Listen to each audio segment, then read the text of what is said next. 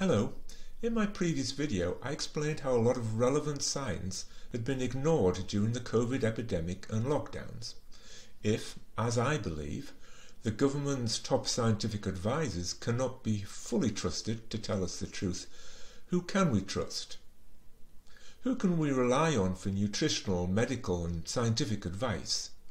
Can we get that sort of information from the newspapers? A very popular paper is the Daily Mail.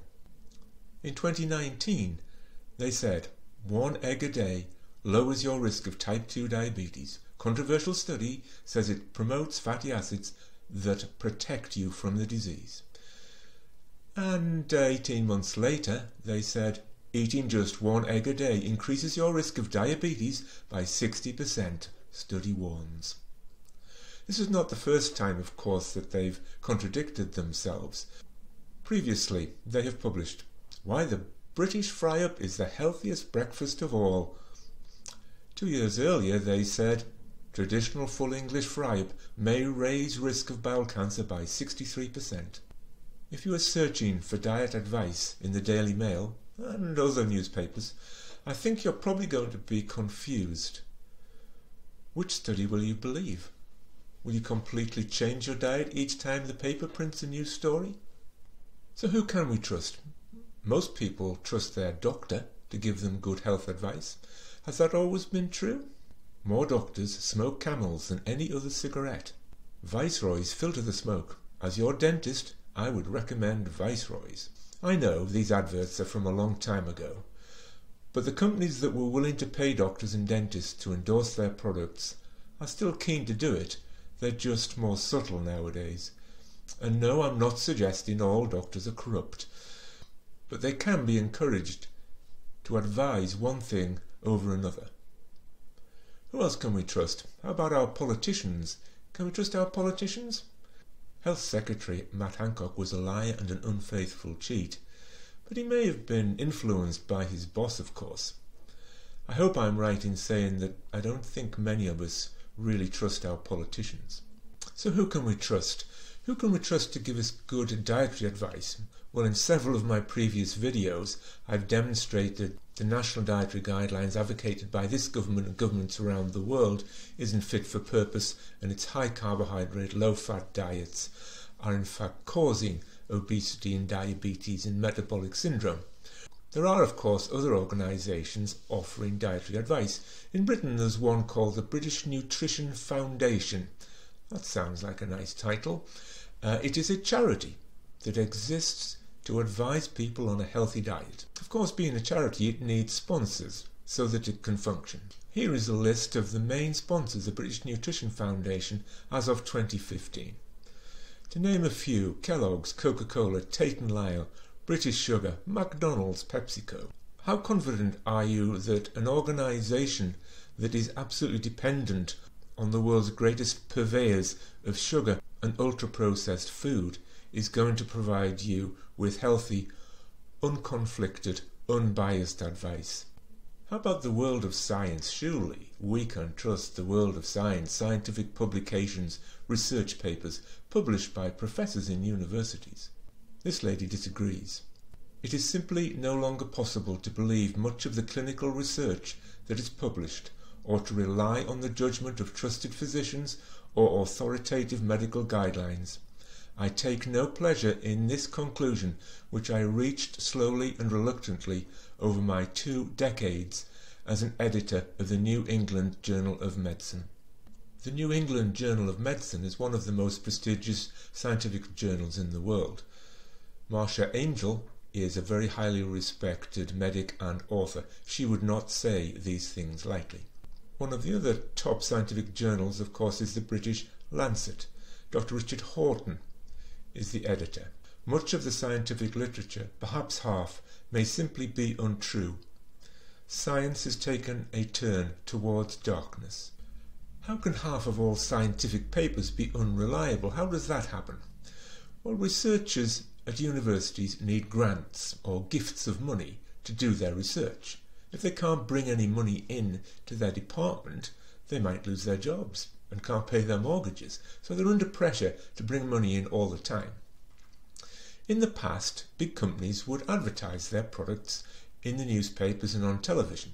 It would cost them a lot of money, and we, the audience, would know we were being sold to. Big companies realised that if they spent some of their advertising budget on scientific research, it worked out better for them. If they could tell the researchers that they'd give them a large amount of money to do this research, and there'd be even more money to come later if the company liked the results of the research, the academics at universities are under pressure to bring out scientific papers in favour of the product that the big company is pushing. Then when the benefits of that product are printed in scientific papers, the television and the newspapers pick it up and they promote the product as a piece of news, as a bit of science. And then when we see it, we don't realise we're being sold to. We think it's good, solid science. So how do you tell which is good research and which isn't? Well, it's a very crude rule of thumb, but if there's a product involved which is going to produce a great deal of profit, then it's much more likely that pressure has been applied. If the research is not involved in a product that's going to make a lot of money, it's more likely to be genuine and true. So, can we trust pharmaceutical companies to tell us the truth about their drugs? Well, let's have a look at one. Let's look at the drug called Lipitor, which is one of the most profitable drugs ever made. Lipitor contains the drug atorvastatin, which is a statin for lowering cholesterol. Their advertising says, Lipitor reduces risk of heart attack by 36%. This is in a group of people who are at risk for heart attack. So how do they come to a value of 36%? Let's have a look at the data of the actual trial, which involved tens of thousands of people. Here are some of the details from the trial. Let's just focus on the columns on the left. The red column is for people who were taking atorvastatin and the blue column is for people who were taking a placebo.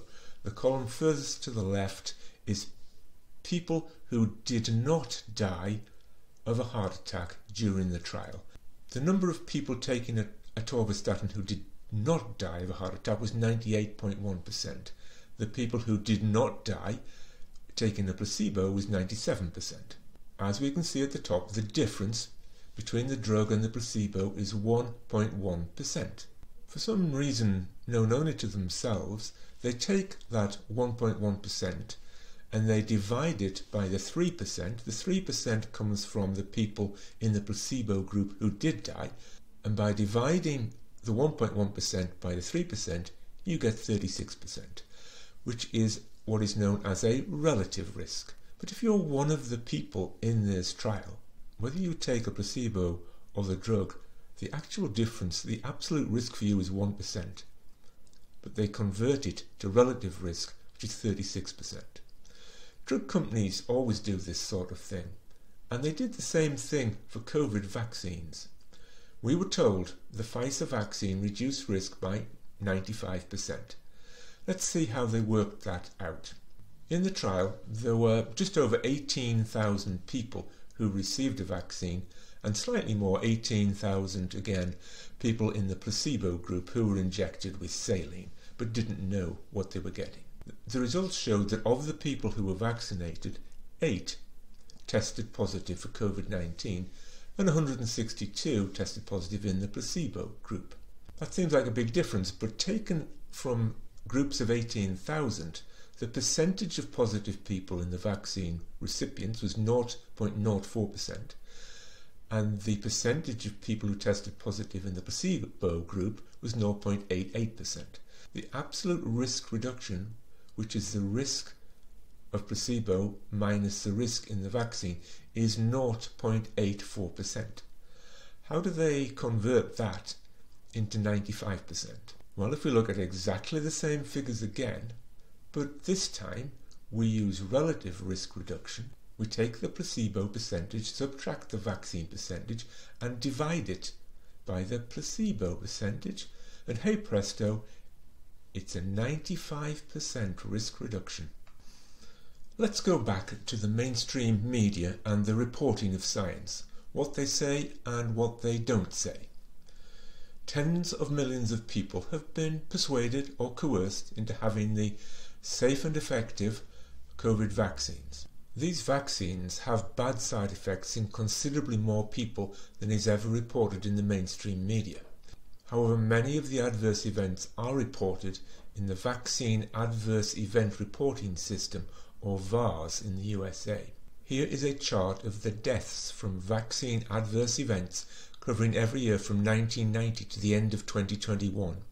All other vaccines are in yellow, COVID vaccines in blue. This is an extraordinary chart. Have you ever seen this information on the television news? They are always keen to tell us how many new cases there are and how we may be facing a new wave of infection. They never tell us how many people have suffered serious consequences or even deaths from this jab.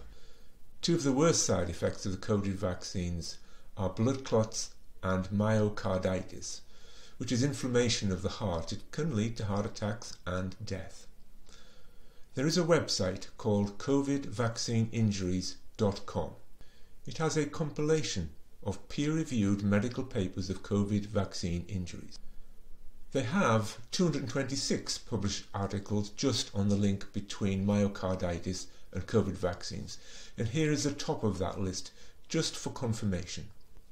Young people are dying of heart attacks in greater numbers than they should. They are dying in their sleep and they're dying playing football. How does the mainstream media cover this? Well, the answer is they don't. They don't tell us about all the adverse reactions in the VAERS report.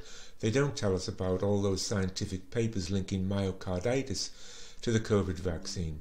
What they tell us is, and this is from the BBC, Oxford COVID vaccine safe and effective, study finds. Also from the BBC, COVID vaccines extremely safe, finds UK regulator. Surely the BBC wouldn't lie to us. I mean, they're such a respected organisation. Things like their Panorama programme is a highly respected documentary. Well, their climate editor, Justin Rowlett, was recently found guilty of making false claims on a Panorama programme about the weather. BBC climate editor made false claims on global warming, including worldwide deaths are rising and Madagascar is on the verge of famine, inquiry finds. He wasn't telling you the truth, he was stretching his agenda. I think the most important thing any of us can do is to question what we're told and try to get independent verification. And if you can't do that, know you're being lied to. And remember that saying, is that true? Or did you hear it on the BBC? I hope to speak to you again soon, and of course in the meantime I wish you good health. As Albert Einstein said, unthinking respect for authority is the greatest enemy of truth. If you would like to know more about how to see through the dogma, propaganda and misinformation and improve the health and well-being of yourself and your family, please subscribe to the channel. You may also like to read the book Stop Feeding Us Lies.